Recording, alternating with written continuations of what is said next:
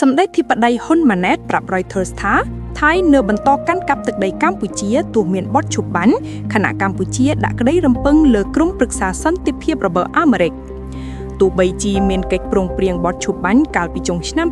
2025ក៏ដោយប្រមុខរដ្ឋាភិបាលកម្ពុជាសម្ដេចធិបតីហ៊ុនម៉ាណែតបានថ្លែងប្រាប់ទីភ្នាក់ងារសារព័ត៌មាន Reuters ថាកងកម្លាំងថៃនៅតែបន្តឈរជើងនិងកាន់កាប់ចូលជ្រៅក្នុងទឹកដីកម្ពុជា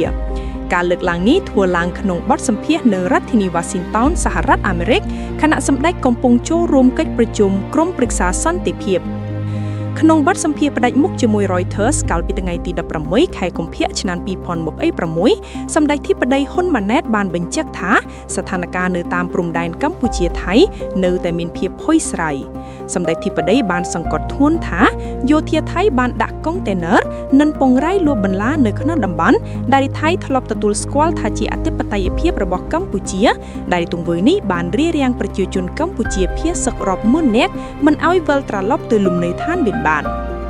សម្ដេចបានគូបញ្ជាក់យ៉ាងច្បាស់ថានេះមិនមែនជាការចោទប្រកាន់ទេប៉ុន្តែវាជាការពិតនៅលើដី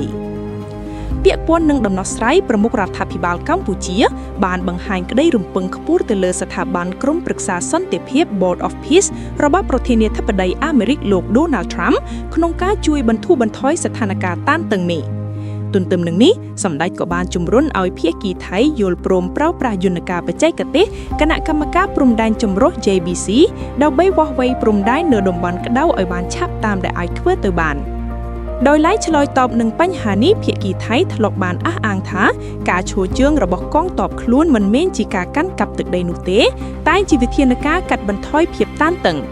យ៉ាងណាមិញរដ្ឋមន្ត្រីការបរទេសថៃលោកស៊ីហស័កភួងកែតកែវបានឲ្យដឹងថាថៃកំពុងតាមដានយ៉ាងយកចិត្តទុកដាក់ចំពោះដំណើរទស្សនកិច្ចរបស់នាយករដ្ឋមន្ត្រីពិសេសលើសំណើសុំឯកសារប្រវត្តិសាស្ត្រពីប្រទេសបារាំងសូមបញ្ជាក់ថាបន្ទាប់ពីបញ្ចប់បេសកកម្មនៅអាមេរិកសម្ដេចធិបតីនឹងបន្តដំណើរទស្សនកិច្ចទៅប្រទេសស្វីសនិងបែលហ្សិករហូតដល់ថ្ងៃទី27ខែកុម្ភៈ